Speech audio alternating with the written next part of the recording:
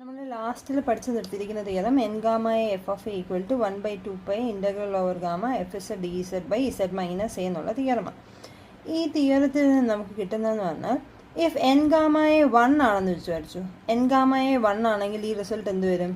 F of a equal to 1/2π integral over gamma f s d z by z minus എന്ന് വരും. ഇതിനെയാണ് representation formula എന്ന് വിളിക്കുന്നത്. Representation formula. Okay, അപ്പോൾ ഈ റിസൾട്ടിനകത്ത് എൻ ഗാമ എ 1 ആണ് എങ്കിൽ കറസ്പോണ്ടിങ് ഫങ്ഷൻ അല്ലെങ്കിൽ ഫോർമുല എങ്ങനെ വരുമോ അതിനെയാണ് റെപ്രസെൻറ്റേഷൻ ഫോർമുല എന്ന് വിളിക്കുന്നത്. ഇനിയും ഈ റെപ്രസെൻറ്റേഷൻ ഫോർമുലയിൽ എൻ ഗാമ എ 1 എന്ന് പറഞ്ഞിട്ടുണ്ടല്ലോ, എൻ ഗാമ എ 1 എ എന്ന് പറയുന്ന ഒരു വേരിയബിളായിട്ട് കൺസിഡർ ചെയ്താൽ ഫങ്ഷൻ ഈ ഫോർമുല എന്ത് വരും? എ എന്ന് പറയുന്ന ഒരു വേരിയബിളായിട്ട് വിളിക്കുക. അപ്പോൾ എക്ക് വരെ നമ്മൾ അതിനെ ഇസഡ് എന്ന് വിളിച്ചാൽ 1/2π integral over gamma f already z നമ്മൾ ഇവിടെ വേരിയബിളായിട്ട് എടുത്തിട്ടുണ്ട്. അപ്പോൾ ഇസഡിന് വരെ നമ്മൾ സീറ്റ എന്ന് വിളിക്കുക. F zeta d zeta by zeta minus z. ഇതാണ് Cauchy's integral formula. Cauchy's integral formula. Okay, അപ്പോൾ ഇതിനകത്ത് എൻ ഗാമ എ 1 ആണ് എങ്കിൽ ഫംഗ്ഷൻ ഫോർമുല എന്ന് പറയുന്നത് f of a equal to 1/2π എന്ന് പറഞ്ഞ ഫോർമുല വരും. ഇതിനെയാണ് റെപ്രസെൻറ്റേഷൻ ഫോർമുല എന്ന് വിളിക്കുന്നത്. ഇതിലെ A if we consider it as A variable, എക്ക് പകരം നമ്മൾ വേരിയബിൾ ആൻഡ് ഇസഡ് എന്ന് പറഞ്ഞ് വിളിക്കുകയാണെങ്കിൽ അപ്പോൾ ഇസഡ് ഉള്ളിടത്ത് വേറെ എന്തെങ്കിലും ഒരു വേരിയബിളിൻ്റെ പേര് വിളിക്കുക. ഈ കറസ്പോണ്ടിങ് ഫോർമുലയാണ് കോഷീസ് ഇൻ്റഗ്രൽ ഫോർമുല എന്ന് വിളിക്കുന്നത്. ഇവിടെ നമ്മൾ ഗാമ എന്ന് പറയുന്നത് സർക്കിളായിട്ടൊക്കെ എടുക്കുക. അപ്പോൾ സർക്കിൾ ആണെങ്കിൽ സർക്കിളിനകത്തെ പോയിന്റ് ആണെങ്കിൽ എൻ ഗാമ എ 1 അല്ലേ. ഇതുപോലത്തെ ഇൻ്റഗ്രൽ കണ്ടുപിടിക്കാൻ നേരമാണ് നമുക്ക് കോഷീസ് ഇൻ്റഗ്രൽ ഫോർമുലയുടെ ആവശ്യം വരുന്നത്. അതായത് ഈ ഇൻ്റഗ്രലേ എല്ലായിടത്തും ഈ ഇൻ്റഗ്രൽ അനാലിറ്റിക് ആണെങ്കിൽ ക്ലോസ് ഇൻ്റഗ്രൽ എന്തായിരുന്നു? ക്ലോസ് ഇൻ്റഗ്രൽ 0 ആണ്. ഈ ഫംഗ്ഷൻ അനാലിറ്റിക് അല്ലാത്ത പോയിന്റ് ഏതാ?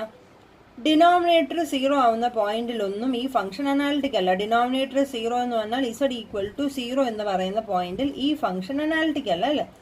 അപ്പോൾ നോക്കേണ്ടത് ഇസഡ് ഈക്വൽ ടു 0 ഈ പറയുന്ന റീജിയന്റെ അകത്താണോ എന്ന് നോക്കുക. സപ്പോസ് ഈ റീജിയന്റെ അകത്തല്ല ഇസഡ് ഈക്വൽ ടു 0 എങ്കിൽ നമുക്ക് എന്ത് പറയാം? അതായത് ഇതാണ് നമ്മുടെ സർക്കിള്. ഈ സർക്കിളിൽ എല്ലായിടത്തും ഫംഗ്ഷൻ അനാലിറ്റിക് ആണെങ്കിൽ ക്ലോസ് ഇൻ്റഗ്രൽ എന്താ? Equal to 0. അപ്പോൾ അനാലിറ്റിക് അല്ലാത്ത പോയിന്റ് ഇതിനകത്ത് വന്നാൽ നമ്മൾ എന്ത് ചെയ്യും? അവിടെയാണ് നമ്മൾ കോഷീസ് ഇൻ്റഗ്രൽ ഫോർമുല അപ്ലൈ ചെയ്യുന്നത്. അപ്പോൾ ഇവിടെ നോക്കിയാൽ ഇസഡ് ഈക്വൽ ടു 0 എന്ന് പറയുന്ന പോയിന്റ് ഈ സർക്കിളിന്റെ അകത്താണെങ്കിൽ ഇവിടെ നമുക്ക് ഡയറക്റ്റ് ഇൻ്റഗ്രൽ കണ്ടുപിടിക്കാൻ പറ്റില്ല. അതായത് ക്ലോസ് ഇൻ്റഗ്രൽ ഈക്വൽ ടു 0 എന്ന് എഴുതാൻ പറ്റില്ല. അവിടെ നമ്മൾ ഈ ഫോർമുല അപ്ലൈ ചെയ്യും. അപ്പോൾ ഫോർമുല നോക്കിയത് നമ്മുടെ റെപ്രസെൻറ്റേഷൻ ഫോർമുല രണ്ടും സെയിം തന്നെയാണ്. അപ്പോൾ f of a equal to 1/2π integral over gamma f z d z by z minus A.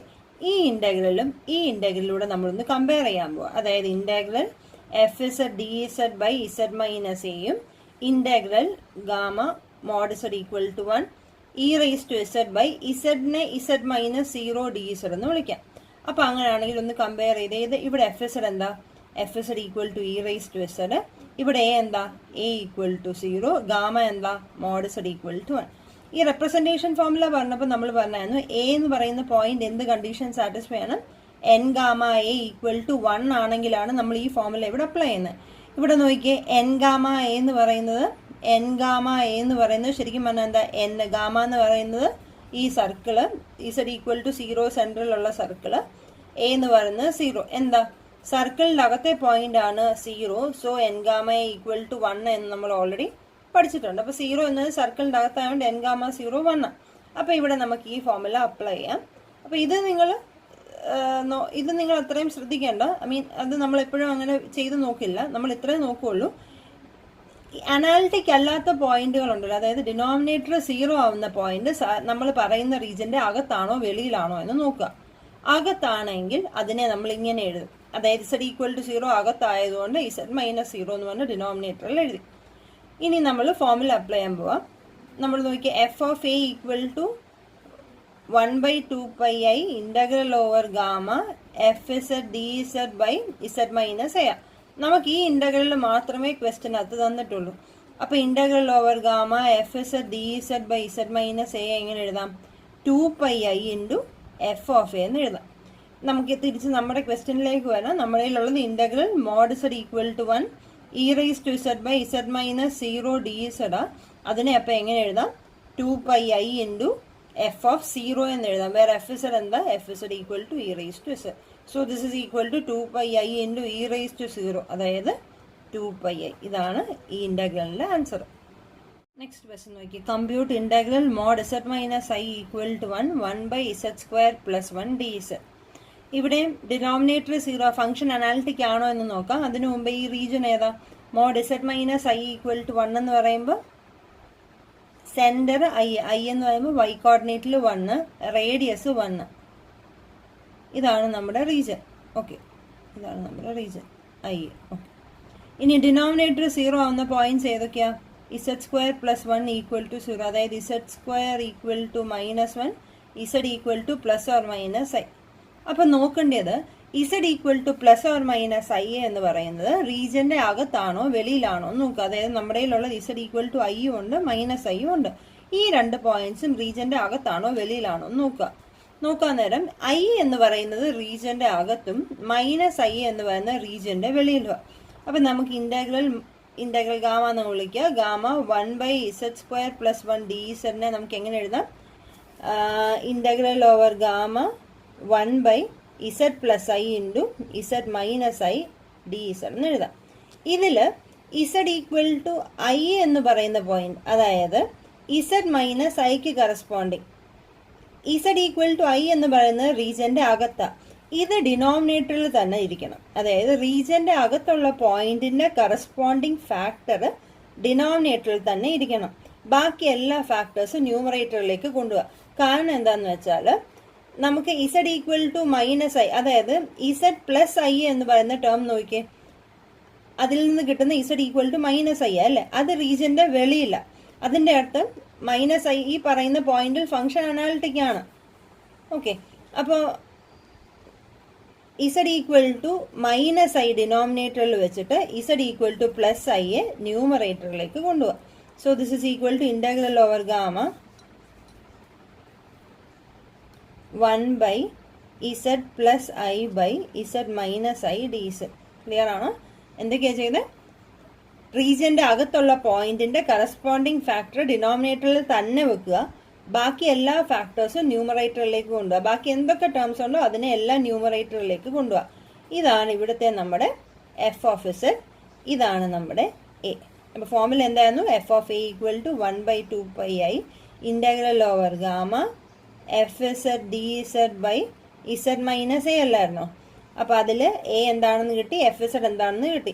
അപ്പോൾ അങ്ങനെയാണെങ്കിൽ integral over gamma fz dz/z - a എന്തായിരുന്നു? 2πi into f(a). So this is equal to 2πi into f(a). എന്താ ഇവിടെ? f(i). വേറെ f(z) എന്താ? 1/z + i. അപ്പോൾ f(i) എന്താ? ഇതിൽ നിന്ന് എന്ത് കിട്ടും? f(i) എന്ന് പറയുന്നത് 1/2i. So this is equal to 2πi into 1/2i. 2i ക്യാൻസലായി. This is equal to pi എന്ന് കിട്ടും. ഓക്കെ, അപ്പം റീജിയൻ അകത്തുള്ള പോയിന്റ് ആണെങ്കിൽ ആ ടേം ഡിനോമിനേറ്ററിൽ തന്നെ വെക്കുക. ബാക്കി എല്ലാ ടേംസും ന്യൂമറേറ്ററിലേക്ക് കൊണ്ടുപോകുക. അപ്പോൾ സപ്പോസ് ക്വസ്റ്റ്യൻ എന്ന് പറയുന്നത് compute integral mod z equal to 1/z² + 1 dz ആണെന്നിരിക്കട്ടെ. അപ്പോൾ അങ്ങനെയാണെങ്കിൽ റീജിയൻ ഏതാ? സെൻറ്റർ. ഈ റീജിയൻ നോക്കിയിട്ട് വേണം നമ്മൾ ഈ ഫോർമുല അപ്ലൈ ചെയ്യാൻ. ഇവിടെ സെൻറ്റർ 0 ആണ്, റേഡിയസ് 2 ആണ്. റേഡിയസ് 2 എന്ന് പറഞ്ഞാൽ അതിൻ്റെ അർത്ഥം ഇവിടെ ഡിനോമിനേറ്റർ 0 വരുന്ന പോയിന്റ്സ് ഏതൊക്കെയാ? z equal to +or-i. ഇവിടെ +i-യും -i-യും റീജിയൻ്റെ അകത്ത് തന്നെയാണ്. അതിൻ്റെ അർത്ഥം നമ്മൾ ഇതിനെ ഫാക്ടറൈസ് ചെയ്ത integral mod z equal to 1/z + i into z - i dz എടുത്താൽ ഒന്നിനെയും നമുക്ക് ന്യൂമറേറ്ററിലേക്ക് കൊണ്ടുപോകാൻ പറ്റില്ല. റീജിയൻ്റെ വെളിയിലുണ്ടായിരുന്നെങ്കിൽ അതിനെ ന്യൂമറേറ്ററിലേക്ക് കൊണ്ടുപോകാം. ഇതിനെ നമുക്ക് ന്യൂമറേറ്ററിലേക്ക് കൊണ്ടുപോകാൻ പറ്റില്ല.